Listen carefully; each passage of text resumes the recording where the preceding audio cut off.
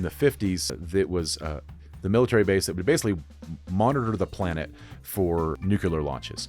And what happened was there was an advertisement in I believe it was the Gazette, but it was for Sears and Roebuck to call and talk to Santa.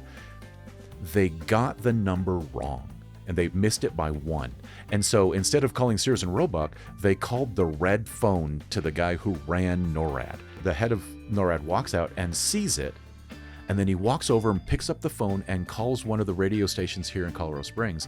And this is so-and-so from NORAD, and we're tracking an unidentified object coming at a fast rate of speed from the North Pole, and I'll be giving you updates. And that's how the whole thing started.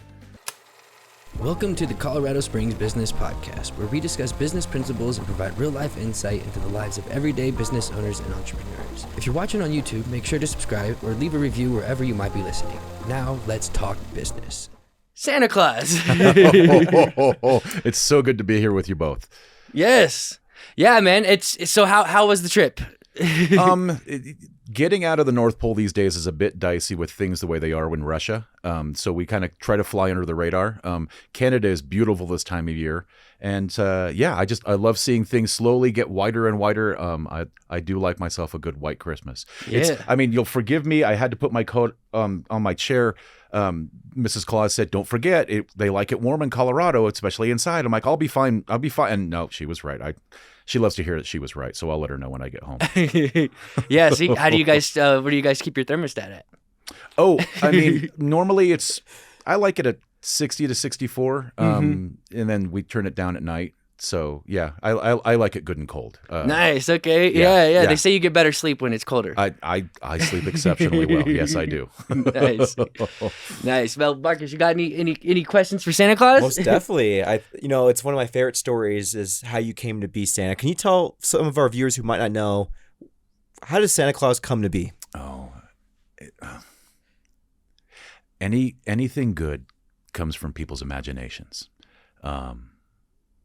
And so back in the year 300, there was a Council of Nicaea, and they decided to change the Lord's birthday from the fall to the winter because they saw that the people needed an event to bring them together during the winter. They had done a lot of missionary work through much of the world, and they had actually gotten up into where the Norse faith had been. And so they moved it to follow the Norse faith. They had instead of Yule, it was Christmas, and they put it as the Lord's birthday. So there was a reason for people to get together, and that's how I kind of came to be. If you know any of the stories of Odin, the Allfather, he would actually come and visit the children on Yule. The kids would leave their boots full of straw next to the hearth for his horse Sleipnir. And so Father Odin, he's an older man, big white beard. Interesting story, and we're going to test you two. How many reindeer do I have? Is it 8? It's 8. Yes, you didn't include Rudolph. I appreciate it because Yes. he's a new player to the game in perspective. But Odin's horse had 8 legs, and so while I don't say that the correspondence is exactly there. There are a lot of coincidences. There's the song where it says, he knows when you are sleeping, he knows when you're awake. That also is a mythology from Odin. Odin had 2 ravens called Hugin and Munin who would fly around the world and then bring him information. And so it's not me tapping into phones. It's not me using the NSA or the internet at all. I used literally the first internet, which was Odin's ravens, to know who's being good and who's being bad, and if you guys are sleeping. And by the way, Andrew, we need to talk about your driving. Oh, yeah. Yeah. I'm glad we're finally talking about it, by the way. It's good sometimes, So. Yeah, that's awesome, man. To hear the story of how that came to the history of how Christmas came, and I was doing some research too a little bit on that, and there seemed like there's been a lot of correlations between a lot of different cultures. Oh, absolutely. There was also Nicholas in Turkey, also a place that does not get hot. So people say, if you're St. Nicholas, that's turkey. Why do you dress like this? I'm like, well, I've taken the imagination of people and become what I am. Nicholas actually, he was a wonderful man, but he had heard that there was a family who was going to sell 2 of their 3 daughters into slavery so that one of the daughters would have a dowry so she could get married. And so just before they sold the first daughter, he went by and dropped a bag of gold in their window. And she was able to get married. And then he did it again for the second one. And then for the third one, the father did what all of the good and naughty little children want to do. He stayed up and he waited. And he actually caught Nicholas. And Nicholas said, please don't tell anyone. This is just something I want to do. And that kind of brings me to the spirit of Christmas, because, everyone, I believe that there is the spark of St. Nicholas in everyone. And this time of year, people really get to be a bit more happy and smiley. There is a lot of stress because people are worried about what they're getting, if they're giving the right gift. And if I was to give any bit of advice, I would say if you're giving of yourself, then you are actually honoring that spark of St. Nicholas that becomes a fire for so many. That's why your moms lose their minds at Christmas, because they get to, even though they're giving all year, now they get to really just get into it and they start thinking of other people. And I think that's probably the most magical part of this year. It's so beautiful. We'd like to take a quick break to thank our sponsor, Planet Duct. Let me tell you what, these guys, they've got some powerful equipment. Their fleet of air duct cleaning trucks are equipped with some of the most powerful vacuums you've ever seen. These whole trucks, the entire truck, is one giant vacuum itself. With their expertise and equipment, they not only get the job done, they get the job done right to maximum efficiency. And you don't want to be breathing in nasty air from having dirty air ducts or having inefficient airflow, so get your ducts clean with Planet Duct right now. Visit planetduct.com. If you're from Colorado Springs, then you've probably seen our next sponsor driving up and down Academy or at any of their other 3 locations here in Colorado Springs and in Pueblo. El Super Taco has authentic Mexican food with locally sourced and fresh veggies and meat that is chopped daily. Be sure to check them out next time you're hungry and mention the podcast too. We don't got a code for you, but definitely mention it. Power Tool Safe has a vision to help fight against theft. They've developed technology to help you keep proper records and are building a community of awareness around stolen goods. Sign up today for a free account and register up to $10,000 in tools and equipment. No credit card required. It's as easy as setting up a Facebook account. Imagine having a team of marketing professionals working for your business, making sure that you get the awareness and sales that you deserve. Well, that's exactly what you get with Recon Marketing. With up to 35 plus years in experience and 10 million plus in managed budgets, they know exactly what it takes to put you on the radar. And our final sponsor is my company, Vehement Visuals. We produce videos with passion and strong meaning. Our goal is to innovate and push the boundaries of what's possible when it comes to creating powerful visuals that drive results, whether that be in business or in life. We have the production power to produce any kind of visuals you want, from documentaries to YouTube videos to social media content, commercials that are designed for television, 3D animations, and so much more. And Santa, as you already know, because you know all of us and Yes, what absolutely. we do, but I'm also an event organizer. And Yeah. as an event organizer, logistics is huge, Yes. right? I can only imagine logistics for you on Christmas night. Can you explain a little bit of how that gets done? You were talking about Xboxes before the episode today. I just thought we have to explain this for our audience. Okay, so there are a lot of Christmas movies, and some of them are just wild and harebrained. But you can find nuggets of truth in all of them. And the most recent one that had a nugget of truth was actually Elf, when Buddy grew too big for the workshop. Genetically, every now and again, that happens with an elf.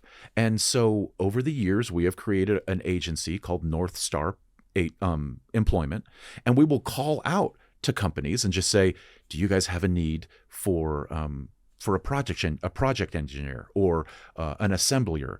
And because these elves get too big for the workshop, and then they go to work for Nintendo or Microsoft or Sony or Hasbro, and they make toys, and it works out really, really well, because children ask me, Santa, how do you make Xboxes when that's made by Microsoft? And that's how we do it. We have a working relationship where I'm able to go in and tap into their product line when needed to deliver stuff, and it benefits them as well. So, but the logistics from a business standpoint of getting the sleigh packed and getting things moving and making sure that everything's there for everybody. There's a little bit of realism to it. Delegation is extremely important. Having people that you can count on, so that when you give them an assignment, that they're going to get that done. That's really, really important. And I'm not too proud to say a little bit of magic doesn't hurt. I love it. So yeah, you've been doing this a long time, Santa. Yeah, I have. I'm sure you've created a lot of memories doing this. Throughout all the years that you've been doing it. Can you talk to us a little bit more about the impactful moments you've had as Santa? Impactful moments as Santa. There's a Christmas. Some people call it a Christmas miracle, and it was probably one of the times when my heart hurt the most. It was during World War I. It was the first time that so many of these people that I've visited for so long were actually trying to make sure that I couldn't visit them again. And I sat with the elves and I sat with Mrs. Claus, and we were just distraught over how everyone was how they were killing each other. And so we did a big pouring of magic out over the plains on Christmas Eve. And one of the German soldiers starts singing Silent Night. Now, the British soldiers don't understand a word he's saying, but they know the music. And so they start singing it too. And this is on Christmas Eve, on Christmas morning. And all of a sudden, these boys, and they were boys. I mean, you're all boys, but these boys, and literally they were in late teens, early 20s. They didn't know why they were there. They didn't know what they were doing or what it was for. They're sitting there with the boxes that their families have sent them, because I've delivered stuff to their families the night before, and they get up and they come out of the trenches and they come into what was called no man's land, and they start sharing of themselves. They start playing football. I'm sorry, you guys call it soccer here, don't you? They start playing soccer, and they get to the point at that moment where they realize that it's not two armies, that we aren't separate. We're all one. And for that magical moment, I could sit back and watch them and hear about those stories and see them enjoy one another's company. And then my heart went right back to breaking when I saw them say goodbye and go back into the trenches. And the next morning they were shooting at each other again. But that's for me, that's the most, the memory, Christmas memory that stands out. Gosh, that's so incredible. That's a great story. I've heard about it too as well. Sure. And it makes a whole lot of sense why it'd be so impactful for you. And on a lighter note, because I think I don't know how this popped up, but you mentioned Mrs. Claus. Yes. And I know as an entrepreneur, I have a girlfriend, and I know what the effects are when I'm working. How does Mrs. Claus deal with you doing this all year round, and especially on Christmas Eve, getting around?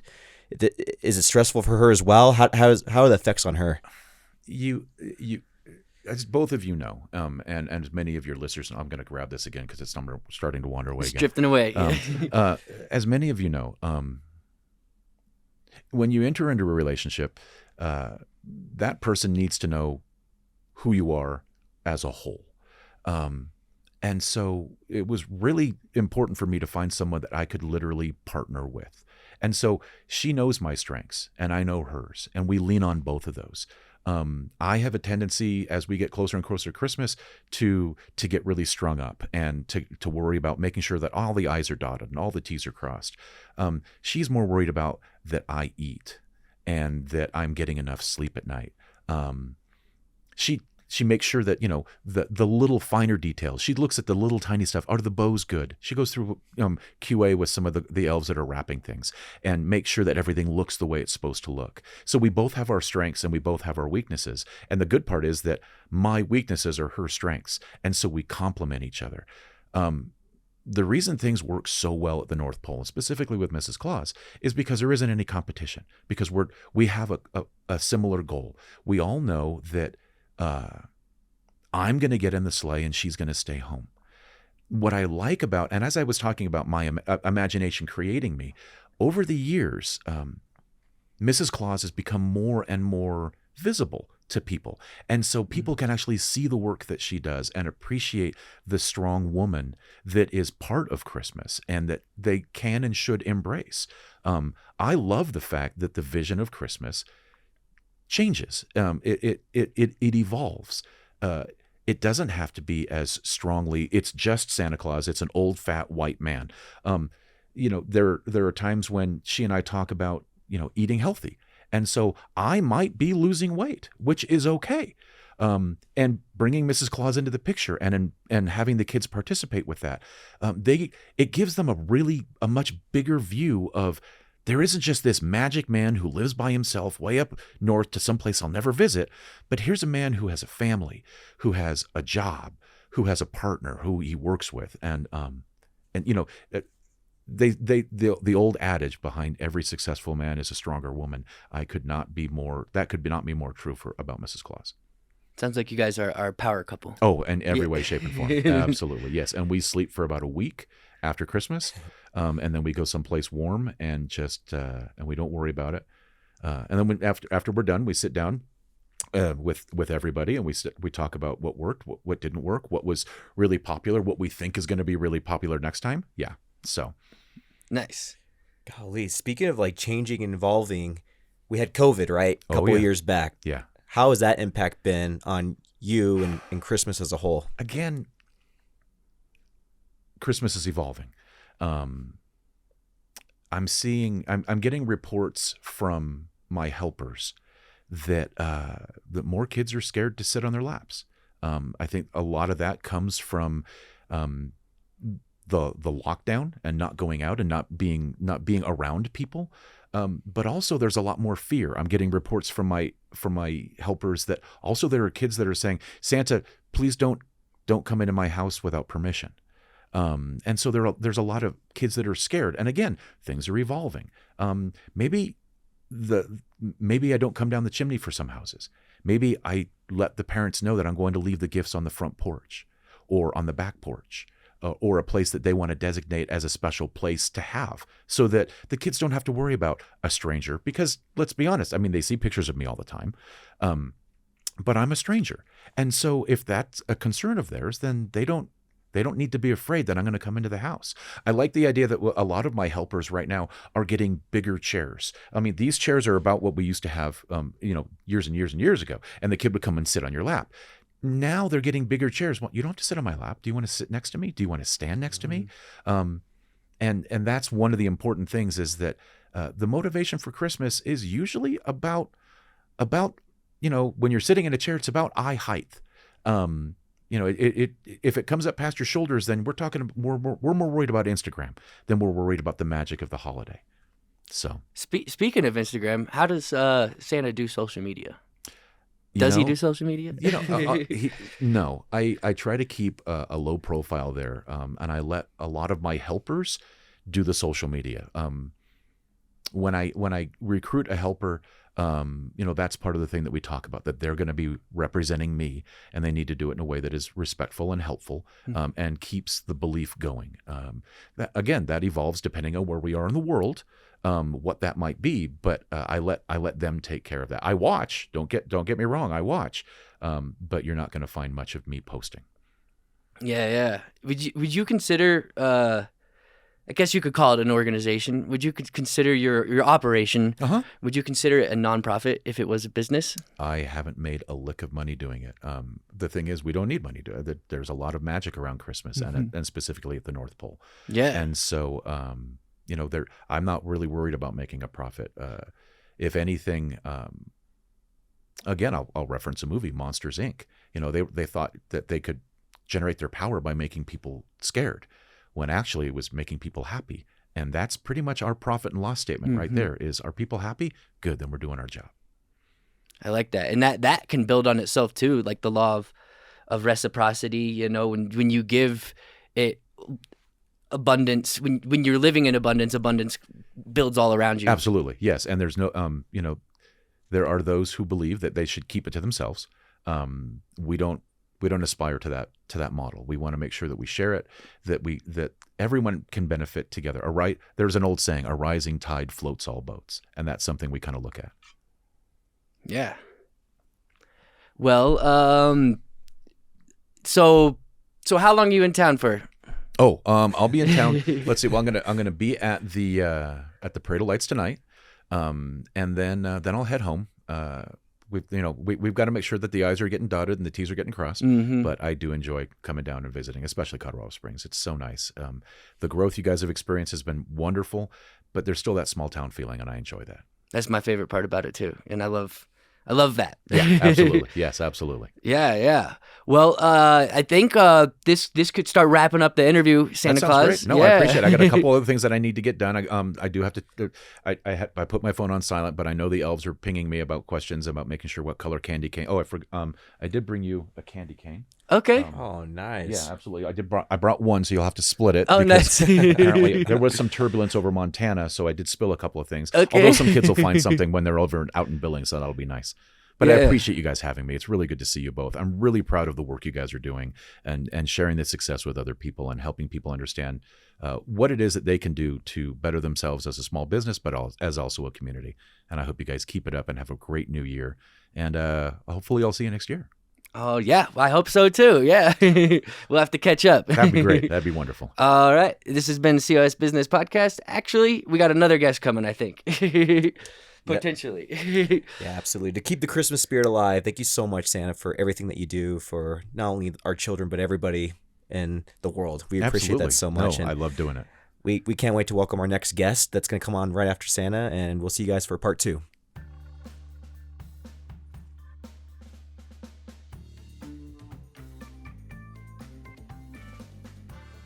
All right. So now we have Mark here, who is one of Santa's helpers. Come on in, Mark. Thank you very much. Good to see you both. I love it. Hey, it's great having you here to talk about the business side of what it's like to be one of Santa's helpers. Mm-hmm. And I am very curious of how you got into this. Like, was there some kind of was there a specific story or specific moment that made you be absolutely. No, in every way, shape, and form. I was at a antique toy show in Loveland, Colorado. Nice. In 2018, it was October. And there was a guy, it was October. And there was a guy who, long white hair, big fluffy beard, but he had a hat on that said Sterling Santas. And I walked by, and at the time I just had a goatee, and it was predominantly white. And me, because I'm kind of a smart aleck, I walked by and I went, "Hey, Santa, I'm on your other list." And he goes, "Come here for a second." And we start talking. He says, "Is the whole beard white?" I'm like, "I have no idea. I've never grown it out." And he says, "Well, if you ever decide to, let me, and here's my card." Well, so one of the things that people don't know, and when I tell them that, they just kind of giggle, I have a Santa agent. And, That's awesome. And so that's what he does. I mean, he helps provide me with insurance.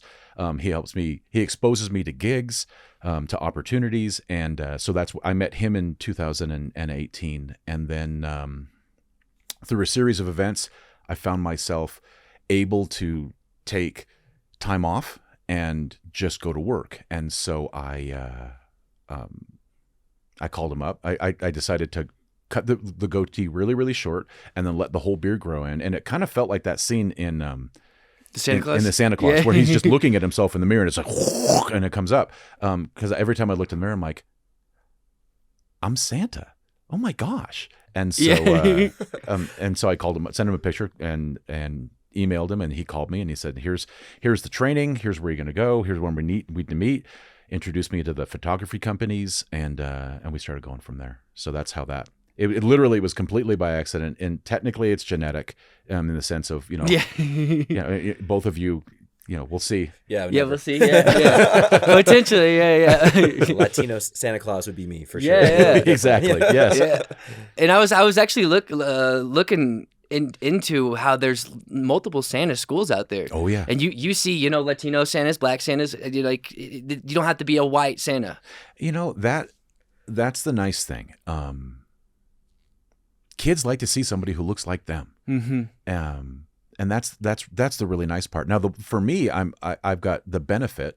I'm fluent in Spanish, so when I would hear a family talking, and I would hear somebody just say, "Mire, Santa Claus," I would look over and I would look at the parents. I'm like, sería mejor en español. Okay. And then I can just start talking to the kids in Spanish. And all the kids, they're like, here is this white guy who's Santa, who's talking Spanish. How does he know Spanish? I'm like, porque soy Santa Claus, because I'm Santa. So it's kind of fun that way. Yeah, it's a lot of fun. That is cool. And so Colorado actually has a pretty big Santa scene, I think. Like, oh no, especially in Colorado Springs. There's a lot of Santas in Colorado Springs. Because I would assume the workshop, the Santa's workshop off the North Pole. The North Pole, yeah. Up on Pikes Peak. Yeah. I've known several Santas that have worked up there. That's a really, really interesting opportunity.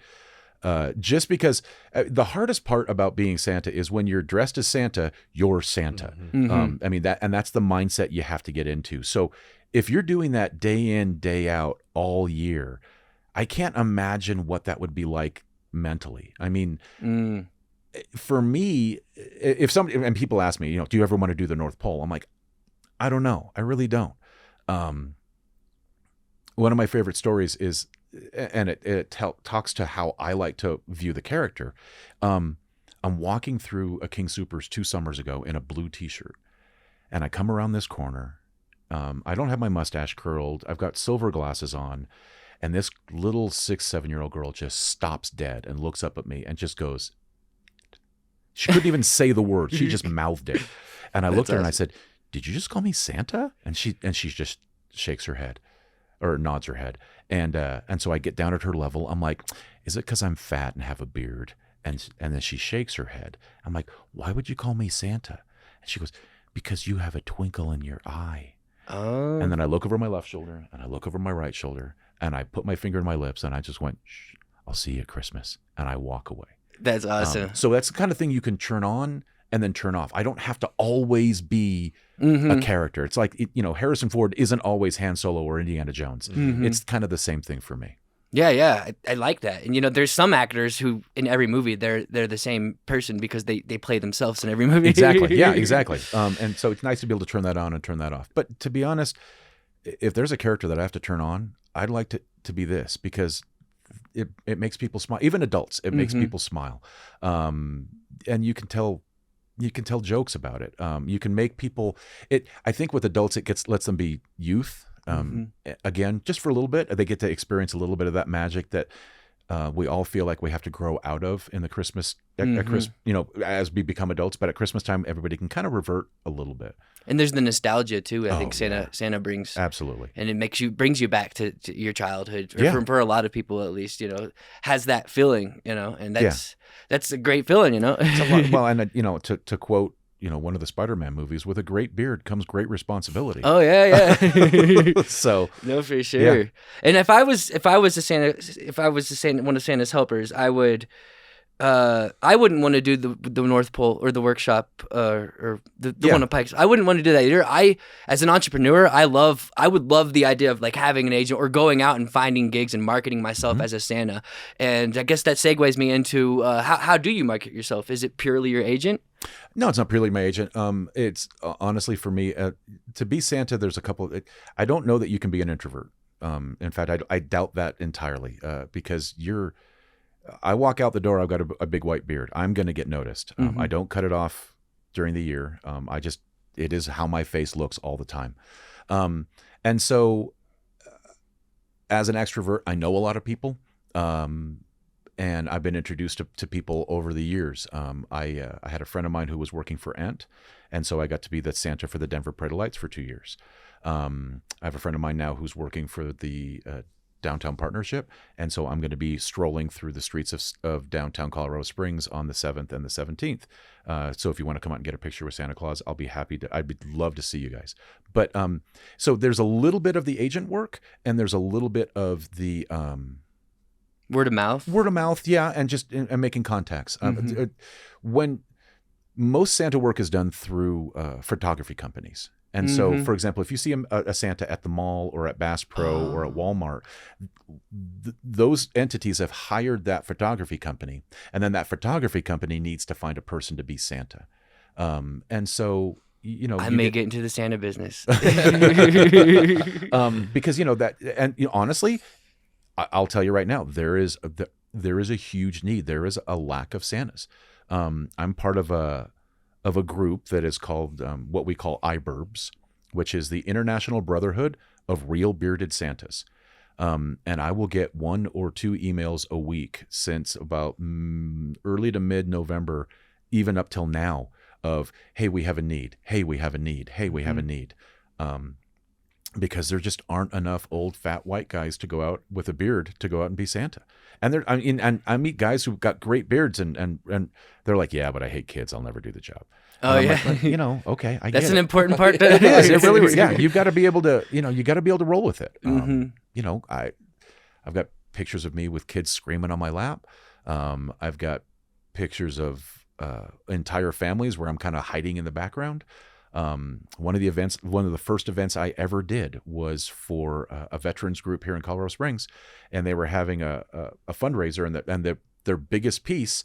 I was working at the mall at Chapel Hills, and the biggest piece that they were going to auction off, I told my buddy, he's like, we're going to do this to the end of the night. So I got off work, stayed in my suit, went down to Brass Brewing, got the item, walked in, and everybody was like, these are all bearded guys and veterans, and there's this really cool piece of this flag that somebody had made, and all these guys are like, we got to get a picture. And I'm saying, there's one image of me I'd sat down with one guy, and then all of a sudden another guy's like, oh, I want to be in the picture. And all of a sudden there's like there's over a dozen guys like lying across each other, and it was craziness, but they were really excited. And again, it's just, I look for jobs that I want to do.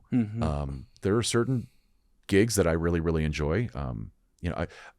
I like movement. So the first year I did this, I was at a mall. Maybe when I get older, I'll do that again. But right now, it's not something I want to do again. That was very, very stagnant, and the hours get long. I would feel that too. Yeah. Yeah. And it wasn't nearly. It was fun up until like the second week of December, and then after that, it changed because the motivation stopped being children and started being adults because they wanted to get the picture for whatever they wanted to get the picture for. But I still have friends who will text me and we're like, hey, I'm at this person's house and I just saw this image, and it's me with a picture of their family or me with a picture of their kid or whatnot. So yeah, that would be cool. Yeah. Yeah. I mean, the idea of my face is going to be in a complete stranger's photo book for the next 40 years is kind of humbling. Yeah. And so like I said, there's a little responsibility that you got to carry on with that. But it's fun. It's a lot of fun. Yeah. And so from my research, the most lucrative side of being a Santa Claus is more in the private events than the mall stuff. Would you say that's true? Oh, I met a guy probably in 2006 or 2007. I used to be a Cub Master, which means I rent a Cub Scout pack. We had 54 boys, which, if I can do that, I can be Santa. Oh, 100%. But this guy showed up for one of our events, and I could tell. I'm like, so he and I started talking, and I said, so what do you do? And he said, well, the weekend before Thanksgiving, I go to New York, and the Friday after Thanksgiving, I start doing Santa gigs. And I'm busy from the Friday until Christmas Eve. And he made $60,000 in a month. Yeah. And he's like, and then I don't need to do anything for the rest of the year.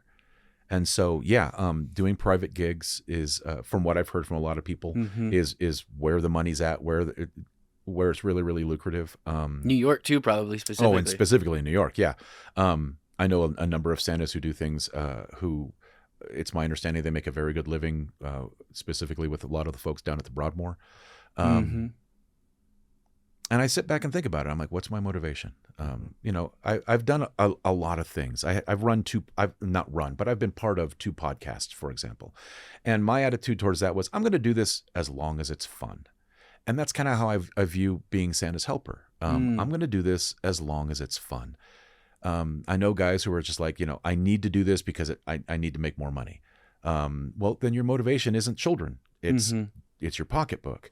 And yes, you want to be nice to the kids, but that part of it is interesting. And that part of it, that's the balancing act, because you can really get full of yourself.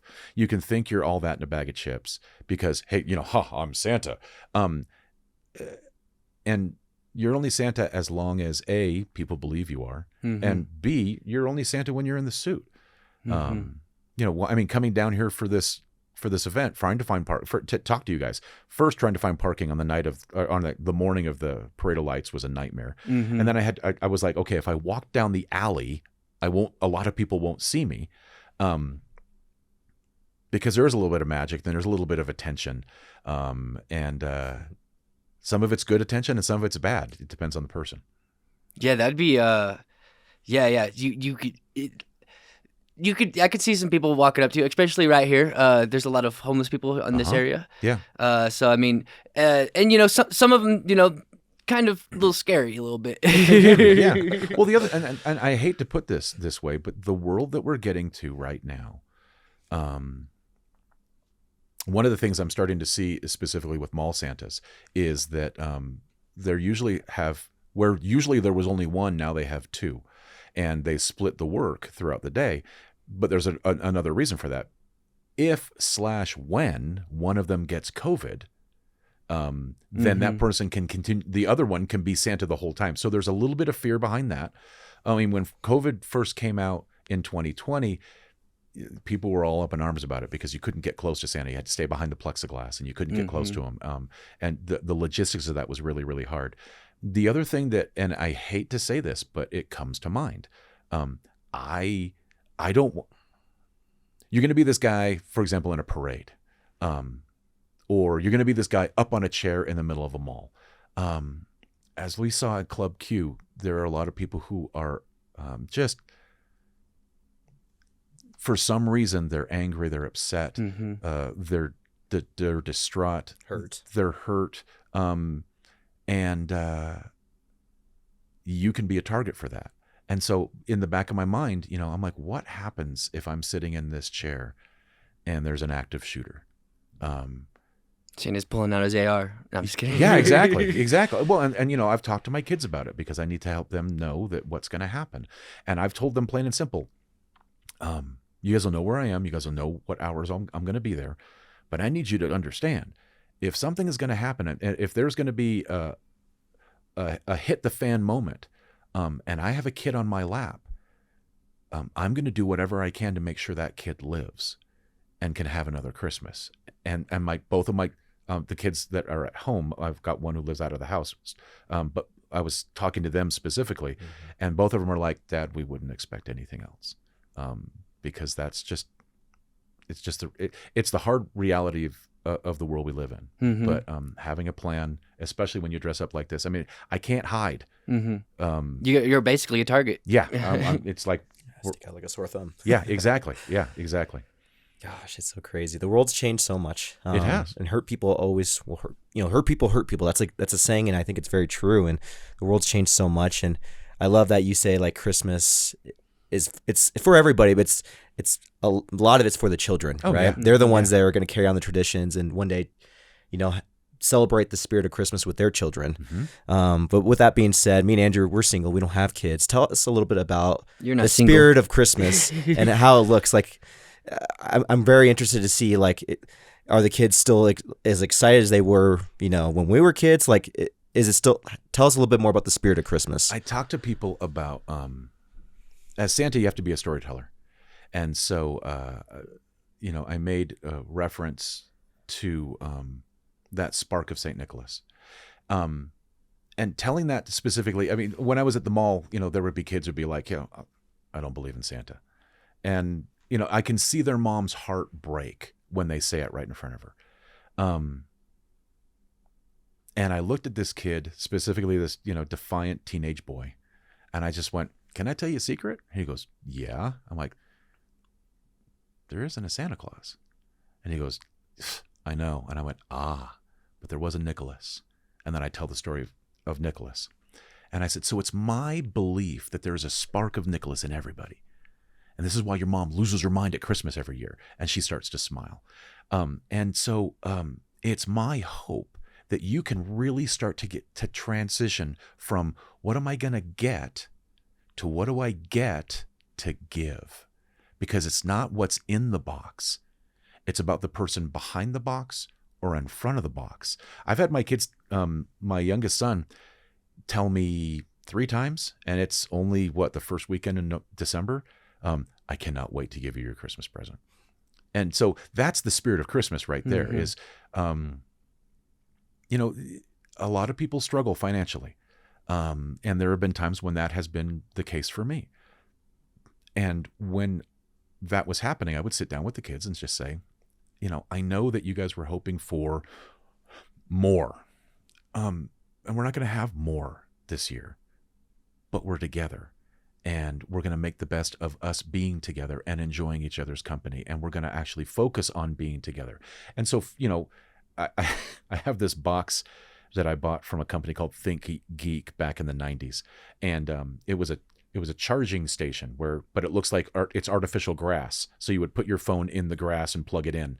And so there were times when I just said, okay, guys, put your phone in the grass.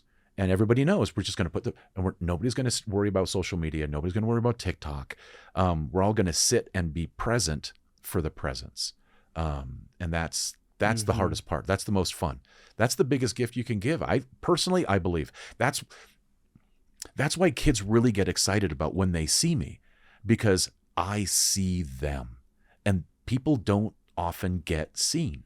So when you can stop for that minute and just look and be with them, that's where that Christmas spirit comes from. And that's how, my parents did a great job. We had lots of traditions. They would wrap the end of the hallway, so you got to break through the paper like football team. Oh, nice. But that's awesome. I think they did it so that we actually wouldn't get out to see the presents. Right. When we went and got a Christmas tree, because we get a real Christmas tree, we'd always stop off, and we always got pizza, and we always got ice cream, because pizza and ice cream apparently went together. I don't know why, but there was always a Christmas tree. Those were our traditions. Those are the things to look forward to. I love the tradition of NORAD. I didn't grow up in Colorado Springs. NORAD, that whole mistake of misprinting that in the paper and starting a tradition that is now, I think it's 65 years, is just brilliant. I love that. And so, having something come up with, I remember I grew up in the San Francisco Bay of California.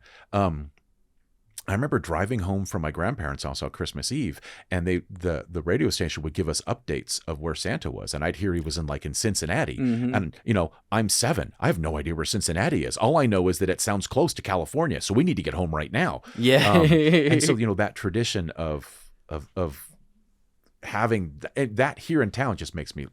If there was a gig that I could ever do, and if they're listening right now, you got Andrew and Marcus, right? Yep. Andrew and Marcus know how to get a hold of me. I would love to come out and be the Santa for NORAD. That would be brilliant. That's awesome. And for our viewers who don't know, and if you, most of them probably do, but tell them a little bit, what is NORAD? Like you're talking a little bit about it, but what? NORAD is based in Cheyenne Mountain, and it's in the 50s. It was the military base that would basically monitor the planet for nuclear launches. And what happened was there was an advertisement in I believe it was the Gazette, but it was for Sears and Roebuck to call and talk to Santa. They got the number wrong, and they missed it by 1. And so instead of calling Sears and Roebuck, they called the red phone to the guy who ran NORAD. And the story from the kids of that guy was that he was kind of your typical 50s military man. He was a hard-nosed gentleman who, his subordinates didn't have much, didn't believe that there was much of a sense of humor. And so he gets this phone call of a kid, and this kid's like, Santa. And he goes, who is this? This is Tommy. He's just like, I was calling to talk to Santa. And he's like, can I talk to your parents? So they handed the phone over to the parent, or the kid hands the phone to the parents. He goes, what are you doing calling this number? And they're like, this is the number that was printed in the Gazette to call Santa. And he's just like, oh, well, let me talk to your kid again. So he talks to the kid again, and he says, I'm sorry, Santa's packing his sleigh, and I'm sorry, but it's just a busy time for us. But if you want me to give a message, I can. And then he tells a couple of the airmen, he just says, I need you to patch in X, Y, and Z, because we're going to be starting getting a lot of phone calls. There was a misprint in the Gazette, and we're going to get phone calls from kids. And so somebody had actually, on Christmas Eve, had a cutout of Santa in his sleigh, and they have the map in NORAD of the world. And so they just put this image of the sleigh up on the map so they can track him. And he walks out, the head of NORAD walks out and sees it, And then he walks over and picks up the phone and calls one of the radio stations here in Colorado Springs. And this is so-and-so from NORAD. And we're tracking an unidentified object coming at a fast rate of speed from the North Pole. And I'll be giving you updates. And that's how the whole thing started. That is awesome. I didn't know that at all. Oh, no? Yeah, it's a great story. I love that story. I love this. So now there's a tradition every year? Oh, yeah, every year. I mean, NORAD watches Santa. Okay. Yeah, absolutely. Yeah, I didn't know that. That's cool. That's true Christmas magic right there. Right you there. know? Yeah, absolutely. Absolutely. No, I love that one. Mm-hmm. Yeah, that'll be a good clip. But yeah, that's cool to hear the different stories. All that Santa has taken you, I guess you could say. Oh yeah, a lot of people. For me, like I've got an event later today.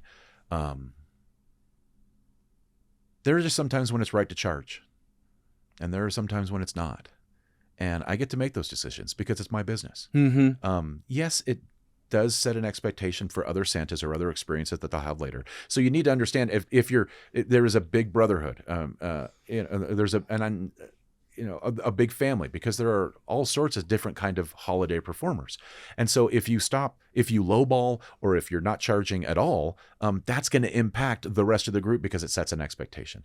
But that's how a lot of videographers feel too. Sure. I'm sure it is. Mm-hmm. I'm absolutely, I don't doubt it in any way, shape, or form. But every now and again, it's the right thing to do. I'll give you a great example. 2021. I was at the Palmer Lake Wine Festival, and I was helping my buddies out there, and I thought it would be fun. They wanted me to deliver ice, which, because of my beard, I'm like, well, if that's the case, I'm going to go to the Duluth Trading Company, get a ball cap that looks like a Santa hat. Mm-hmm. And so I was talking to these folks who are part of the Westfield Elementary School of the Arts, and I realized, these are kids who haven't seen Santa in a year and probably won't see him again this year. So what are we going to do about that? And they said, would you mind coming out? I'm like, yeah, absolutely. So I heard from the principal, and she's like, so we don't have much of a budget. And I'm like, great, because I don't have much of a desire to invoice you. It's just about the kids. And that was one of my favorite stories as well, because I'm sitting in this gymnasium in an elementary school, and kids are coming up to the stage to see me. And this little boy walks up, gives me his list.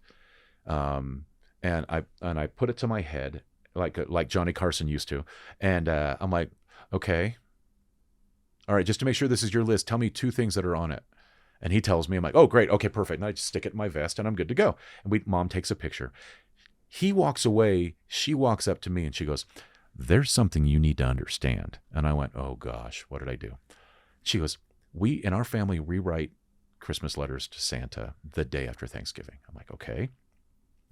I have had that letter in my purse since then. We've been to the mall. We've been to Bass Pro.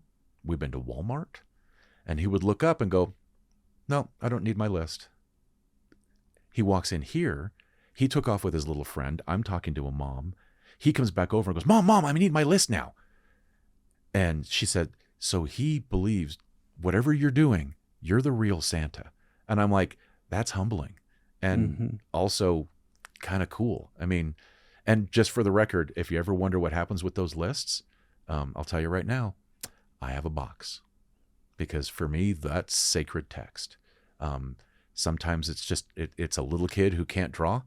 So it's crayon scribbles. Sometimes it's this pointed out list. Some kids give me lists that are, either alphabetical or in list of importance. And as a Santa, you always have to say, you get the list. You're like, okay, great. All right. And then you look at Mom or Dad and you're just like, okay. So Mom and Dad, have you guys had a chance to look at this list? Have you checked it over? Which is a way, because some kids will sit there and do it in their room. And then they'll be like, oh, I have a list for Santa. And the parents have no idea what they want. And so in that situation, you find a way to, if I've had that happen before, where the parents are like, oh my gosh, I don't have a copy. And then you find a way to slide it to the parents to make sure that they have it, so that these kids can continue to have that magic experience. There's a lot of stuff that you sit back and you're like, oh, he's just Santa. Yeah. My suit was made by a woman here in Colorado Springs, handmade. My boots were altered from cowboy boots to come up to my knees, again, by a company here in Colorado Springs. Everything's locally made. I love that. And it's a lot of fun. And as long as it's fun, I'm going to keep doing it. Yeah, they say a lot of Santa Clauses, they put a lot of care into their suits, and it sounds like you do too as well. Oh, in every way, shape, and form. Yeah. I love my suit. The picture we took with Marcus wearing my jacket, just so he could was get an great. idea as to how big, heavy, and hot this thing is. You wear it sometimes just for warmth? No. No, okay. Because I'm always warm. That's the Okay. downside of being a jolly old elf. Okay. Because I'm always hot. But I was doing an event. It was 30 degrees outside. They're like, "Are you going to be okay?" And I'm like, "Are you kidding? This is my weather." Yeah. So yeah, I love it. Yeah. But it makes a lot of sense, when you think about this guy flying around from the North Pole, flying at high rates of speed. Yeah, it makes it. Yeah, that's why he's all suited up like that. Yeah. So what are the startup costs for becoming a Santa Claus? The suit. I mean, that's the biggest one, and that's the one that usually keeps people out of the game. That can run anywhere from, I mean, depending on who makes it and where it's made, and what it's made of, and whatnot. I mean, you're looking at anywhere from $400 to $2,000. I'm right about the middle of that road. I got a closet right now that has 3 suits in it, so I can wear something that's more appropriate for different situations. So, I mean, it's just going to depend. That's the biggest thing. Then you need to finding yourself an agent, getting trained. I go to training every year, and I receive a certificate of training every single year. When somebody hires me to do a gig, I send them a copy of my insurance that I pay for. It's just for a month, but it's $2 million of coverage in case something happens. And that can be anywhere from, somebody saying that I put my hand where I shouldn't have, to damage that happens on a set. By the way, that is one of the interesting things. That's one of the reasons Santa wears gloves. So you can see his hands in the pictures. That's important. But then I also I do a background check on myself every year, and I submit that with all of my paperwork so that people know what they're getting. That I've done my training. I know how to work with kids. I know how to work with adults. I take the high road for things. That this isn't somebody who's going to be dangerous to have around your children or around your family or around your business. It's important. It's really, really important. There's a lot of trust that goes into doing this. But again, the biggest thing right up front is the upfront cost is getting your suit. I had to make a decision if I was going to make this like a full-on real business or not. And I've decided to go with that. I went out and bought myself a domain. It's CS Santa for Centennial State Santa. But it's funny because after Christmas, then I stopped thinking about a website. So I haven't really done much with a website at all, but I have a domain. And people can email me at mark@cssanta.com if they need something. Eventually, that's probably, as I get older and I want to start I have more time, I have less desk work and more entrepreneurial creative work. It'll probably be something I lean into a bit more. One of the funny thing is, I mean, for me, I was talking to a photographer who wanted me to go and do a gig in Pittsburgh for 5 weeks, which means I would have missed our event. And Santas get paid lucratively. I was going to be in Pittsburgh for 5 weeks at a mall, and they were going to pay me $16K. And I'm like, but I didn't want to go. And that's the whole season too. Yeah, I would be there from before Thanksgiving, and I would be there all the way up. I would fly home on the 24th, or probably later after that. And I didn't want to go. I didn't want to go to Pittsburgh. I enjoy the time with my family. I want to pick my gigs and really, spend time with my community. And I wanted to be home. And so when I saw him at training, he walks up to me and he goes, "Hey, I wanted to talk to you." And I went, "Hey, is it about Pittsburgh?" And he goes, "Yes." And I went, "Great, I'm not going." And he just goes, "I'll give you 20. Okay. And I looked at him and I said, if I was the kind of guy that would change my mind because you offered me more money, I'm not the guy that you want to go to Pittsburgh. And he just goes, oh, okay. Especially because what you had your mind set on. Exactly. He goes, "All right, you're right. Can you tell me why?" And I explained it to him, and he just goes, "Yeah, no, you're right. You're absolutely right. This is a perfect job for you. No, rephrase it. You are the perfect guy for this job. Yeah. But this is not a good job for you." And, so setting yourself up with an expectation. The other thing is I have a goal. I am cursed and blessed to have a completely white beard and be pretty much bald at 53. But I would love to be the Santa for the Macy's Day Parade by the time I'm 60. So awesome. That'd be great. Yeah. That would be so great. And, people talk about manifesting or whatever, just speaking it out to the world or the universe so that something can happen. And so, for me, that would be, so I'm not going to do a mall gig because that's not going to get me closer to a parade. Yeah. That's going to keep you in the worker state of Santa, not beyond. Yeah, beyond exactly. That. Yeah, exactly. So, that's, the other thing I like to do is talk to people about how to be Santa, because men will come up to me and talk to me and ask me questions about it, or, what about this, or how do you do that? And I get them in touch with my agent. And because again, like I said, there is a big need. Andrew, if you decided to start a talent agency where you were placing Santas, there will be people who will be calling you. And there's a lot of stuff that I get inspired, so don't give me any ideas. Yeah, there's a lot that comes with being an agent. It's just it's making connections. It's knowing who, but it's also the training and finding the right people to do stuff. Not every guy who's a little bit rotund and has a white beard is the guy that you want to put in the chair and talking to people. And so it's got to be from a business standpoint, it's got to be a good fit. They say that for the Santa Clauses, there's more than just the beard, like you're saying. They say you have to have a caring heart, a giving heart. Oh yeah. They say that's actually more important than all the other things. Well, that's why that little girl, you have a twinkle in your eye. It's that it gives me an excuse to be the kind of person that I want to be. And it also makes it so that it's not as creepy as it could potentially be. For sure. Because, hi, did you want a piece of candy, little girl? Yeah, that's exactly. wrong. Yeah. But I'm just like, oh, you've been really, really good. Can I give? And if you have to be really respectful and you have to know your scene. So I mean, last night for First Friday, there's a little girl who was out with her parents, and at this time of year, I can't not have candy canes in my pocket just because kids are going to look at me, adults are going to look at me, and is that red light on?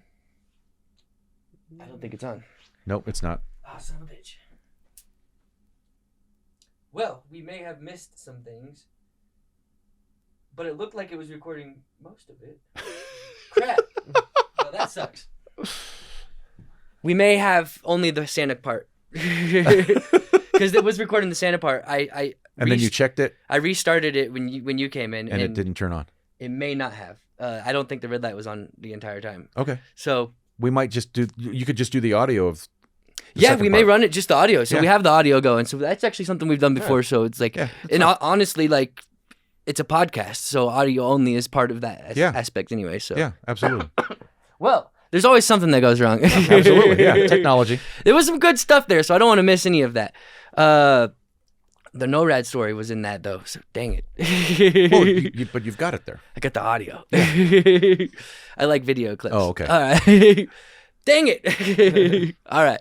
Sorry. Where were you at? I was... Oh, you're talking about giving heart. Yeah. That's what that little girl, you have a twinkle in your eye. Yeah. So, I carry candy canes this time of year. So I was out at First Friday, and there was this little girl who was really, really bored, but she looked at me, and I'm wearing, a black jacket, and granted I had a black and red patterned shirt, but I wasn't trying to broadcast Santa. Yeah. And she looked at me, and I walked over to the dad, and I said, is it okay if I give her a candy cane? And he's just like, oh, that would be cool. Because it's about the kids. So, yeah. Yeah, that's got to be a fine line to walk too, because especially nowadays, a lot of people are more weary than they used to be. It's like people don't even want their kids playing outside anymore, so. Yeah, and that's the hardest part. I mean, that with the kids, they get this mixed message. Don't talk to strangers. Don't take anything from strangers. Don't play outside. Don't go places you don't know. And then they go up there, oh, go sit on this guy's lap. Yeah. I don't know him. Well, that's Santa. I don't know him. Yeah. I've seen him on TV. He's about this big. Yeah. I don't know that guy. And all of a sudden, so it's a mixed message. And so balancing that, understanding the kid's mindset with, I'm like, they're terrified. They're terrified for a bunch of reasons. One, there's the old adage, never meet your heroes. So, I don't want to meet Santa because, oh my gosh, if I screw this up, I'm not getting anything. But on the other hand, this guy he knows when you're sleeping. He knows when you're awake. Those lines right there are a little creepy. They're terrifying. Yeah, absolutely. And so, it's, I like spinning that with the kids, and it's just, I don't watch you. I don't have cameras in your house. But with Santa Magic, I know I get a feeling. There are games you play with kids. I'll scratch them in a certain place on their hand, and all kids have the same basic 4 things. Scratch them in a certain place. I'm like, is your room dirty? Because most of the time their room, and they're like, no, it's clean. And I look up at mom, and they're like, no, it's clean. I'm like, that's kind of, and I'll scratch it and sniff. I'll scratch and sniff their hands. Do you fight with your brother and sister? Are your grades good? Do you listen to your mom and dad? And the kids are like, that's magic. How does he know that stuff? And I'm like, because every kid has those 4 things. Yeah, and kids, I remember being a kid. It's like you're not thinking in that negative way. You see Santa Claus, you're excited usually. Yeah, absolutely. Yeah, absolutely. Unless your parents are conditioning you to be stressed out about that, I guess. Yeah. So that's cool. It's been great having you on the show and really really learning about the business side. I am really kind of bummed about the camera not being on for that part, but that's all right. Yeah, it's all right. It'll we still got some really good really good content, I think, and really good information that I think could even help other Santa Clauses out there. That was one of my main goals with this interview was to, if anyone's wanting to really consider getting into the Santa Claus business. They can shoot me an email. Like I said, I'm at mark@cssanta.com. Yeah, that'd be great. Yeah. Yeah, shoot me a note. I'll get you in touch with an agent. And like I said, because there's a need. It's hard to find places. It's hard to find good guys who want to do this. It can be lucrative, but that doesn't necessarily need to be your motivator. If you can approach it from a standpoint of I want to make the world better, then you're really going to have an impact. And that's when you start to get the kind of gigs. Well, that's why some guy offered me a gig to go $20,000 to go to go to Pittsburgh, because I would be good in that environment. It just wasn't the environment I wanted to be in. For sure, yeah, and I would want to just go full entrepreneur on it if I became a Santa Claus, and that maybe mean that it might not be for me, Yeah, well, and I'm looking at you. I'm the first couple of things. I'm like, we're gonna need to get the beard a little less. Yes, patchy, yeah. And we're gonna need to get it white. Yeah. And then you're gonna need to put on about 80 pounds. Okay. Because you're skinny.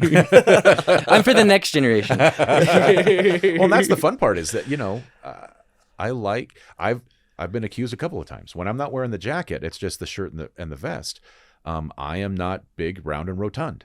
And people are like, hey, Santa, you're looking a little slim there. And I'm like, I'm trying to have a more healthy lifestyle. In fact, I joke with people. They're like, so you're bringing me coal this year, Santa? I'm like, oh, I don't bring coal anymore. It's not environmentally friendly. Now I bring kale flavored candy canes. Nice. That's great. Yeah. And yeah, it's just been really great to have you on the show. Yeah. It's been a lot of fun. Yeah, I really enjoyed it. Thanks so much for having me. Is there anything else you want to communicate out there? Where are you going to be for the rest of the season? For any of our viewers who might want to know where they can find you? Yeah, absolutely. Like I said, I'm going to be walking on Wednesday the 7th and Saturday the 17th. Wednesday it'll be 5 to 8 in downtown Colorado Springs. And then on Saturday the 17th, it'll be 11 to 1.